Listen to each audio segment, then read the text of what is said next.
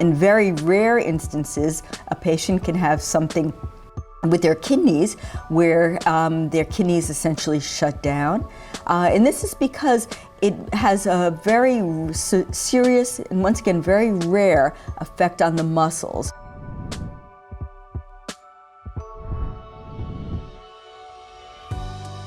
Statins are also known to have other side effects, and in some patients, especially those with underlying liver problems, it can elevate the liver function test, meaning it can bother the liver.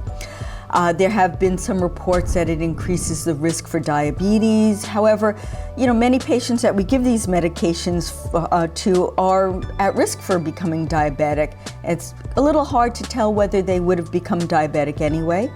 And, if they are diabetic or pre-diabetic, they really do stand to benefit from the statin use. In very rare instances, a patient can have something with their kidneys where their kidneys essentially shut down.